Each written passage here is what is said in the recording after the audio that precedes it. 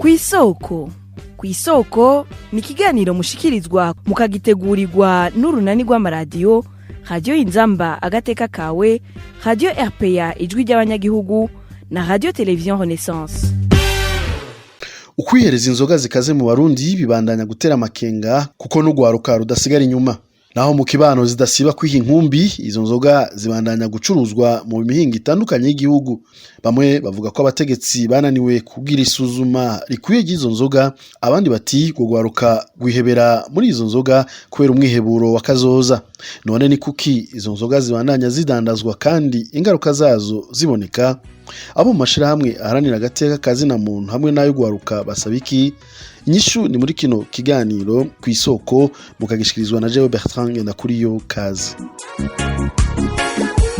Banura kanjuri nimba mbabwire ikinoneka ku mutima, igihugu cacu kigeza atemba yemwe mbega gishakigana he nagerageje. Inzoga zikaze ziriko zirica abarundi na cyane cyane ugwaruka muri no misi mu Burundi. Nta mutegetsi numwe w'u Burundi guhera ku mukuru w'igihugu gushika mu ntwaro hasi atazi ko ziriho kandi ziriko zitema zitongora. Abarundi batandukanye aho baherereye barabona ko izo nzoga ari kibazo mu Burundi, ariko bakibaza igituma leta itazituza burundu. Tubibaze mugenzi wacu Desire Hatungimana. Izo nzoga zigisibije zimwe bazita kike, agasarabwayi, susuruka, terama, zana, niko, dusubirane, imararungu n'izindi. Izo nzoga zirazwi haba mu gisagara c'ubutunzi Bujumbura canke hagati mu gihugu. Abategetsi b'u Burundi kuva ku mukuru w'igihugu gushika ku batware bo hasi, izo nzoga ziriko zirakora barayazi. Mu misi heze muri komine ya Kayanza, umukuru w'igihugu c'u Burundi Evariste Ndayishimiye yaragaragaje ko izo nzoga azizi, mbere agira kwerekana n'amabi zikora, asaba abazinywa kuziheba, abatware nabo kuzituza. Yamenyesheje ko mu gihe muri no misi abagabo bazihereza badashobora no guterura akabido k'amaritiro 5, mu misi za igihugu kizoba gifise ibibazo bikomeye. Aho mu Kayanza bamwe mu batware ako kamo k'umukuru w'igihugu barakumvise. Kwigenekezo ya 12 za kuno kwezi, musitanteri wa komine Butaganzwa mu ntara ya Butanyerera yamenyesheje abarongoye ko kudandaza no kunywa izo nzoga bita ubusarabwayi na kike ko bihagaritswe muri komine Butaganzwa guhera tariki 18 z'ukwezi kwa gatanu. Yabandanije mu itangazo ryiwe amenyesha ko inyuma y'iryo genekerezo umudandaza azofatwa ariko aradandaza izo nzoga co kimwe n'umunyagihugu azofatwa ariko arazihereza bazohanwa hisunzwe amategeko. Musitanteri Onesime Ngendandumwe yaboneyeho gusaba abajejwe intwaro n'umutekano muri komine arongoye gukurikirana ishigwa mu ngiro ry'iyo ngingo. Abanyagihugu bo mu mihingo imwe twaganiriye bamenyesha ko ivyo abatware bariko barakora hamwe hamwe mu gihugu atari bibi, ariko ngo ntibihagije. Umukuru w'igihugu ngo nafata ingingo yo kugara amahinguriro azikora, gutyo umuti uzobubonetse. Bwa mbere ho nk'ejo bonde bavuze ngo babikore mu banyagihugu, ariko twene twumva kugene nk'abadandaza zo kubikora mu banyagihugu, babikora mu badandaza canke ugasanga abadandaza nibo bariko barahanwa ngo bariko barabidandaza batabanje guhana inganda zibikora. Kuko amahinguriro arabikora akwiye kubanza guhanwa bwa mbere. Ejo dusaba rero leta nuko yogerageza ibi bintu ikabikuraho, n'izo nganda ikazugara uburyo abanyagihugu babaho bihereza ibinyobwa bikwije amategeko. Ego nivyo hariho inzoga ziri mu bumara bwinshi, ziri mu mwambiro mwinshi ziriko zirakogwa mu gisagara n'ahandi hose, mbere cyane nyinshi mbere ziriko zirakorerwa ngaha mu gisagara ca Ngozi. Iyo ugiye mu zindi ntara ubona handitswe ko zakorewe Ngozi, izindi zigakorerwa mu Kayanza, naho mu zindi ntara naho nyene zihari. Zamaze rero cyane ugwaruka kuko basigaye bazihera mu gitondo, kuko bagenda gatwaye mu mufuko nta ngorane, mugabo akaba karimo umwambiro urenze kugose ku buryo ziriko zirabagirira nabi. N'abanyeshuri rero basigaye bazitwara mu masakoshi, ukibaza ngo n'amakaye atwaye kumara imwe agacupa. Uwari we wese nyene usanga gafise 2 z'igitondo umuntu ariko araja ku kazi, ugasanga nyene abantu baborewe ziramara abantu n'ukuri. Leta rero niraba ingene ifatira ingingo cyane aba bazikora, mugabo nibaza ko bizogorana kuko bazikora bafise uruhusha rwa leta. Abantu barazinwa ugasanga ndabagora mu buzima bwabo. Izi nzoga barabizi neza yuko ziyayura umutwe, ariko inona leta cyane yuko zikorwa n'abantu bo muri leta nyene cane cane vya bihangange bisanzwe vyonona ivy'igihugu bica kiba ikibazo. Biragoye ko zonahagarikwa naho bivugwa ngo zohagarikwa, biragoye ko zohagarikwa kandi abojejwe kubihagarika nyene aribo basanzwe bazikora, ico kica kiba ikibazo. Izo nzoga zikorerwa mu ntara zitandukanye z'Uburundi, abanyagihugu twaganiriye bamenyesha ko zikorwa n'abantu bafise ijambo rikomeye mu mugambwe CNDD-FDD, arico gituma guhagarika amashirahamwe azikora vyananiranye. Ko bumaze kwira warakomanga ugeze hose umuntu atakuzi umari ugwaruka Mijeb urahagaritswe umutima n'ingene izo nzoga zikaze zibananya ziha inkumbi, wo muhari ubona ko iyo ngendo itegwa nuko Barundi na cane cane ugwaruka bari mu mwiheburo udasanzwe mu bijanye n'ubuzima, kuko ugwaruka rwinshi gugarijwe n'ubushomeri.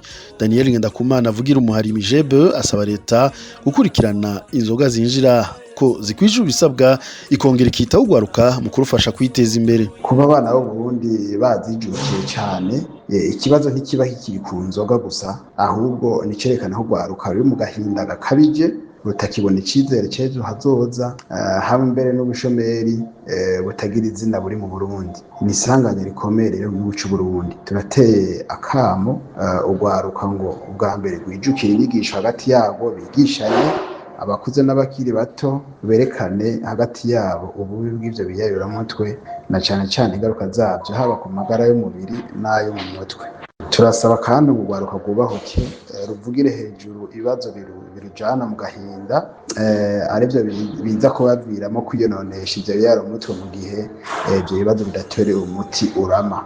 Tugasaba ugwaruka kandi kwironderera abo nyene iyindi mirimo ibafasha nko kwijukira inkino, imico kama, imyidagaduro n'ibindi, gutyo umwanya wo kwihereza ivyo bibonona ntusubire kuboneka.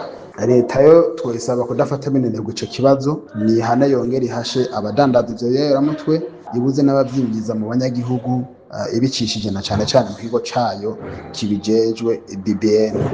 Leta kandi twesaba ko yogwiza ibigo vyo kwigishirizamwo ugwaruka, nk'aho bosomera ibitabu, nk'aho bidagadurira, hamwe n'aho binonorera imitsi. Leta ikindi isabwa nuko yoha amahirwe ugwaruka rw'u Burundi mu kuruha akazi, mu kuronderera imirimo, igasaba ko yoshigikira abikorera utwabo kugira ngo bagwize imitahe, kandi n'ubuzi bwiyongere urwaruka rubonerweho. Nta kindi kizoshikana Uburundi kw'iterambere rirama atari ukugwaruka ruba amagabo, rugafata ibibazo vyabo nkama, rukongera rukaba rukora ibibunguruza haba mu bumenyi no mu mikoro. Leta y'u Burundi niyitegerezwa kugwanya inzoga zikorwa hatisunzwe amategeko, zikongera zikadandazwa biciye mu nzira zitazwi, kandi kanacungera n'ibidandazwa vyose vyinjira mu Burundi ko bikwije ibisabwa. Bisigurwa na Charles niko yagize arongoye umuhari iteka, akabona ko leta ikwiye guha uburyo bw'ibikoresho ikigo BBN kijije gusuzuma ko ibidandazwa bikwije ibisabwa, haba kubikorerwa mu Burundi eka n'ivyinjira bivuye hanze. Charles niko yagize aremeza ko inganda zikora izo nzoga zitemewe usanga zegukira bamwe mu bategetsi bo hejuru, arico gituma leta ikwiye gushiramwo inguvu nyinshi mu kugwanya izo nzoga. Ivyo muri riteka turakurikirana, turabona yuko turabona amabi ategwa n'izo nzoga bavuga ko zifise alcool nyinshi mu gihugu, uri kuraraba abazihereza. Mugabo muri riteka aho dushira ikibazo saho kuvuga ngo inzoga zifise alcool nyinshi, kuko kw'isi nzima harakogwa inzoga, hakadandazwa, hakenwa urudandazwa rw'inzoga zifise alcool nyinshi, ico bita amarike. Aho riteka ishira ikibazo ni hehe?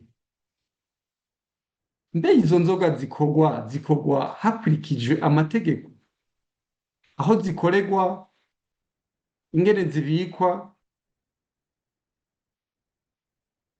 ndetse mbere n'ibizikoze n'ibizigize, cyo twokwita ama ingredients. Mbe none abari bajejwe kubikurikirana, ikigo BBN, hariho n'igipolisi mu ntwaro, ivyo bikorwa, izo nzoga zirakurikije vy'ukuri BBN irafise ububasha bwo kuraba ko izo nzoga zikwije ibisabwa, kandi noneho muri iri teka icisha gusa si izo nzoga. BBN yabwirizwa kuraba ibidandazwa byose bidandazwa, vyaba ibikorerwa mu gihugu n'ibiva hanze. Ega n'ibiva hanze birashobora kwica. Iyo miti iza, izo nzoga zinjira n'ibindi byose abantu bafungura, bararaba ko bikwije ivyankenerwa canke kije kiva hanze bashika bacihereza. Naho tugira tuti nyabuna ligitera kamo leta y'u Burundi ko igihugu gifise novu y'igipolisi, gafita abajejwe intwaro, gafita n'ivyo bigo vya BBN. Ivyo bibazo ntivyabwirizwa kuba. Muri ligiteka turemeza ko abo bantu bakora izo nzoga zidakwije ibisabwa n'amategeko si abantu basanzwe, si bajya mubona berekanye ku mafoto cyangwa ku ntuzeri, nibikorwa n'abantu bakomeye. Uno munsi leta idafashe, itavuye hasi, ntiwibaze ngo ni ikigo BBN canke n'abo bapolisi tubona ngo bazobihagarika. Bisaba inguvu za leta ihari kugira ngo ishiremo uburyo, ihe inzego zikwiye zikurikirana ivyo bintu ibikwiye, hama ihagarike n'iyo mafya. Abayikora, bakora iyo mafya ikora ivyo bintu, nabo nyene bari muri leta bahagarike, bamenye ko babwirizwa kuba bahamagarirwa gukingira amagara y'abantu.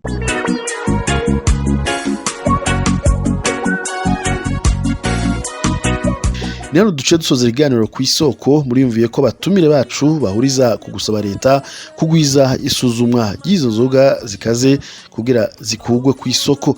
Ikindi nuko leta yoshiraho imigambi y'ugwaruka kugira gwiteza imbere, narijya ugwaruka rwinshi gugarijwe n'ubushomeri. Mwakoze kudutega amatwi, naho ubutaha. Cyari ikiganiro ku isoko.